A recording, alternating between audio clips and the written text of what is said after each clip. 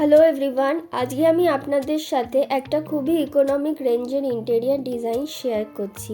এটা শেয়ার করার কারণ হচ্ছে অনেকে মনে করে যে আমি যদি আমার ঘরে ফল সিলিং না করি, প্রচুর লাইটিং না দিই, ডেকোরেটিভ ওয়াল প্যানেলিং অ্যাড না করি, তাহলে আমার ঘরের ইন্টেরিয়ারটা ঠিকভাবে হবেই না।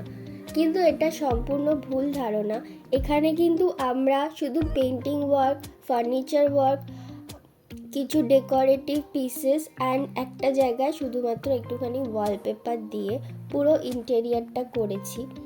তো আপনারা যারা ভাবছেন যে আমার বাজেট নেই, আমি ইন্টেরিয়ার ডিজাইন কিভাবে করাবো, আমার পক্ষে পসিবল না, তারা কিন্তু এইরকমভাবেও আপনাদের ঘরটাকে সুন্দর করে সাজিয়ে উঠতে পারেন। আমরা এই ধরনেরও কাজ করি, তাই আপনারা চাইলে আমাদেরকে কন্ট্যাক্ট করে কিন্তু এরকম সিম্পলের ওপরেও ইন্টেরিয়ার ডিজাইন করাতে পারেন।